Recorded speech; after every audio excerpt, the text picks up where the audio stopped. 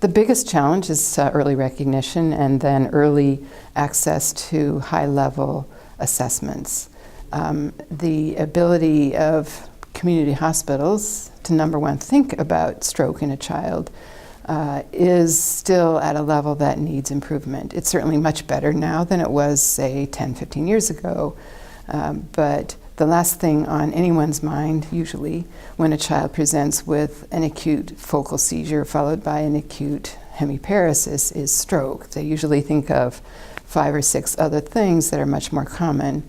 And so the problems are for people, including parents as well as providers, to think of stroke.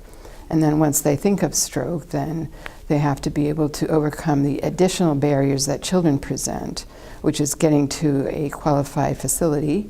Many people out in the wide world in community hospitals are a long way from advanced imaging and advanced stroke care for a child.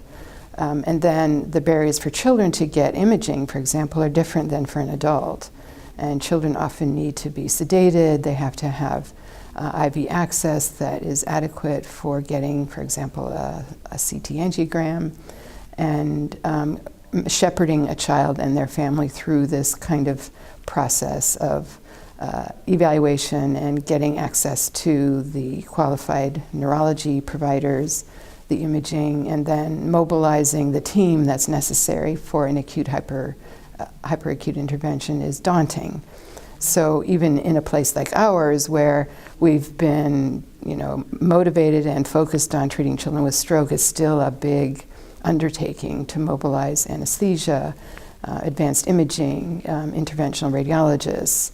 And so all of that involves a big commitment on the part of the institution and the providers and a very large team who can communicate amongst each other quickly and effectively and get a child in. One of the other major limiting factors that we'll probably not be able to overcome in the near future is just size and age. The current thrombectomy technology was developed for adults. And so you can imagine a child whose age under 3 that technology is simply not usable or has very limited use in a child under the age of 3 because their vessels are very small. And our ability to finally narrow down the time frame of when they were last seen well and when they actually had their symptom onset is much more challenging in a pre-verbal or very young child. So defining those windows of therapy and when it's safe and when it should be considered is just simply much more difficult in the very young child. And as it turns out, in our group of children who had a deficit that might qualify, almost half of them were under the age of 3.